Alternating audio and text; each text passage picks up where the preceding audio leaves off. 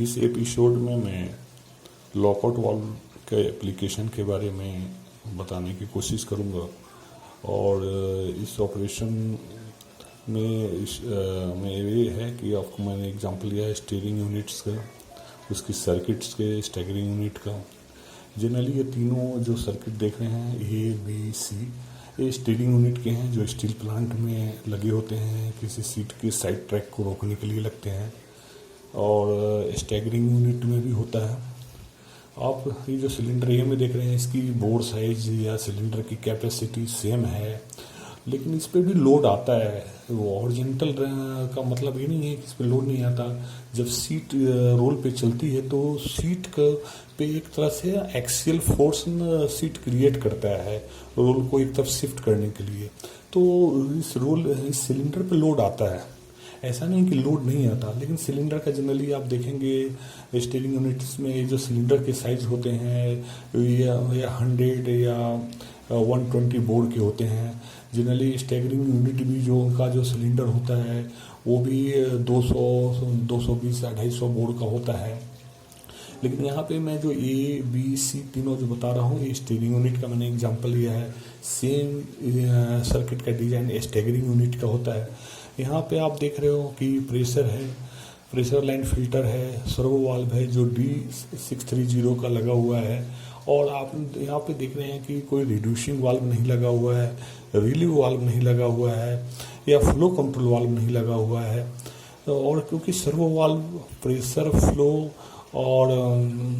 Flow को control करता है और जो रिलीफ भी करता है।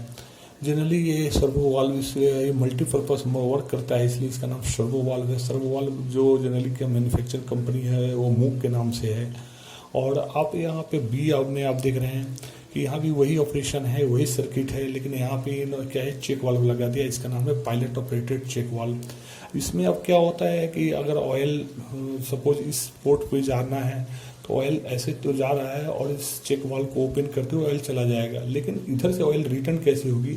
तो इधर का पायलट प्रेशर इस चेक वाल्व को ओपन करता है, इसलिए इसका नाम है dual cross port check valve. Dual cross port check valve ये जनरली हर जगह पे मिल जाता है।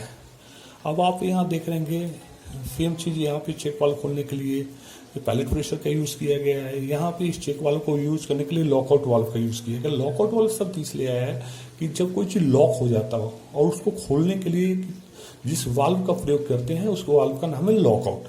जबकि इस वाल्व का नाम वाल्व लॉकआउट के नाम से नहीं आता। इस वाल्व जनरली ये लॉकआउट 2 पोजीशन 4-वे डीसी वाल्व है। 2 पोजीशन 4-वे डीसी वाल्व है। ये जनरली कोलैप्स एक्सपेंड सिलेंडर पे भी यूज होता है।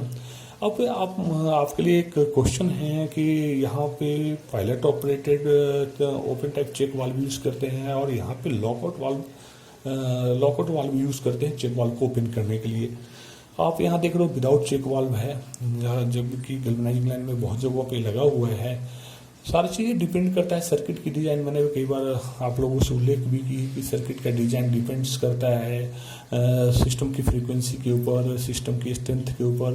लेकिन यहाँ भी लोड आता है, सीट का लोड आता है सिलेंडर पे, तीनों सिलेंडर पे सीट का लोड आता है। स्टैगरिंग यूनिट के भी स्टैगरिंग यूनिट जो होती है उस स्टैगरिंग यूनिट का सर्किट सेम इस तरह बी की तरह होता है। लेकिन कहीं कहीं पे स्टीयरिंग यूनिट का जो सर्किट होता है या तो इस तरीके का होता है without check valve, pilot operated check valve, बिना चेक वाल्व का, और या आपका lockout with lockout check valve का। अब ये देखिए, मैं आपको थोड़ा सा क्लियर करना चाहूँगा कि यहाँ पे जो सिस्टम है, जैसे ऑयल चली गई, पावर चला गया, तो जो से पिस्टन का जहाँ पे ऑपरेशन है वहीं रुक जाएगा और उस ऑपरेशन को होने नहीं देगा। लेकिन इसमें भी वही हाल, यही सेम चीज़ यहाँ भी है कि अगर पंप पावर चली गई तो ऑयल प्रेशर जाएगा नहीं, तो चेक वाल्व भी बंद क्लोज रहेगा और पिस्टन वहीं रहेगा। लेकिन इसमें एडिशनल अरेंजमेंट क्या है? इसमें दोनों पिस्टन एट इज उसी पोजीशन पे रहेगा जब तक पंप का सप्लाई बंद ना हो, ऑयल का सप्लाई बंद ना हो।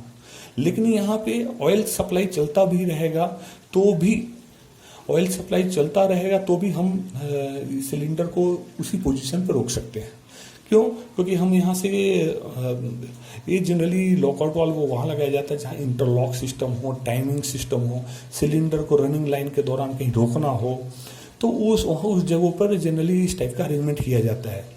तो और दूसरी चीज़ बहुत कोई हार्ड एंड फास्ट रूल नहीं है कि वही यूज होता है। ये सारी चीज़ मैंने कई बार आप लोगों को लेकी कि बहुत हमारे जो मित्र हैं, हमारे जो दो साथी हैं, वो किसी एक जगह की सर्किट को देखकर उसी तरह का धारणा बना लेते हैं कि जी ऐसे ही लगेगा और इसी टाइप का अरेंजमेंट वहाँ है, इस टाइप का अरेंजमेंट है। इट डजेंट डिपेंड करता है, इसका कोई हार्ड और फास्ट रूल नहीं है। ये सारी चीज़ जो एक हाइड्रोलिक इंजीनियर सिचुएशन, यूटिलाइजेशन और एप्लीकेशन, फ्रीक्वेंसी, सारी चीज़ों को देख करके किसी चीज़ के सर्किट को डिजाइन करता है।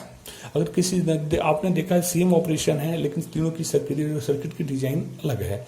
आप देख रहे हो तीनों की सिलेंडर की कैपेसिटी भी सेम है, और तो आप देख रहे हो कि सबका ऑपरेशन अलग है। यहाँ पे आप देख रहे हो कि रिटर्न लाइन फिल्टर दे रखा है, यहाँ पे रिटर्न लाइन फिल्टर नहीं दे रखा है, यहाँ पे रिटर्न लाइन फिल्टर नहीं दे रखा है। तो ये सारी चीज़ें ऑपरेशन पर डिपेंड करती है। अब रह गई lockout valve. Suppose lockout valve fail हो गया, काम नहीं कर रहा। तो फेल होने का मतलब दो रीजन है, या तो इसकी सप्लाई नहीं आ रही है तो क्या होगा, सिलेंडर ऑपरेशन नहीं होगा। दूसरा चीज़, अगर वाल्व फंस गया है तो भी सिलेंडर ऑपरेशन नहीं होगा। तो बहुत ज़्यादा हार्ड एंड फास्ट रूल नहीं है। मेरे एक किसी साथी ने कहा था कि सर लॉकआउट वाल्व के बारे में बताया जाए, तो मैं लॉकआउट वाल्व के बारे में ये बताने की कोशिश किया कि lockout valve is just DC valve है, और जो हम रिमोट मतलब दूर से हम कंट्रोल करते हैं।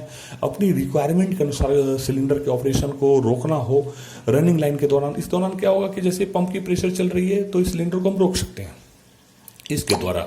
लेकिन इसमें है कि अगर पंप चल रहा है तो हम अपने हिसाब से सिलेंडर को नहीं रोक सकते। तो ये इन सारी चीज़ों का फर्क होता है। और ये लॉकआउट वाल्व इसलिए यूज़ किया जाता है। बहुत जगह लॉकआउट वाल्व डंपिंग करने के लिए, जैसे कि सिलेंडर में प्रेशराइज्ड है और सिलेंडर के प्रेशर को खाली करना है, तो वहाँ पे क्या होता है, यहाँ पे lockout open type check valve है, वहाँ क्लोज टाइप चेक वाल्व होता है। वहाँ पे जैसे उसने क्या किया कि चेक वाल्व को ओपन कर दिया और ऑयल टी पोर्ट से ड्रेन हो जाती है। तो इस टाइप का अरेंजमेंट होता है। और किसी को समझने में प्रॉब्लम होगी तो कृपया करके कमेंट बॉक्स में कुछ कमेंट लिखें, और ताकि मैं आपको बेहतर ढंग से समझाने का प्रयत्न करता हूं।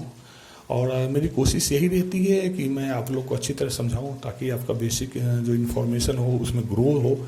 मैं एक चीज़ बताना चाहूँगा कि कोई भी व्यक्ति कंप्लीट नॉलेजफुल नहीं होता है, उसमें कुछ ना कुछ कमियां होती है। तो मैं आई एम नॉट बिलीव कि who is criticising in this matter, but मेरा एक ही मेन है कि मैं आप लोगों को अच्छी तरह कितना समझा पाऊँ, आप लोगों को अपना नॉलेज कितना शेयर कर पाऊँ। बहुत लोग हैं नॉलेज है, मैं ऐसा नहीं कहता उनको नॉलेज नहीं है, लेकिन वो किसी को शेयर नहीं करना चाहते, वो सिर्फ कमेंट करने में, क्रिटिसाइज करने में बिलीव करते हैं। लेकिन मेरा बिलीवनेस ऐसा है कि मैं अगर कोई कुछ चीज़ मेरी जानकारी में है तो लोगों के साथ शेयर करूँ।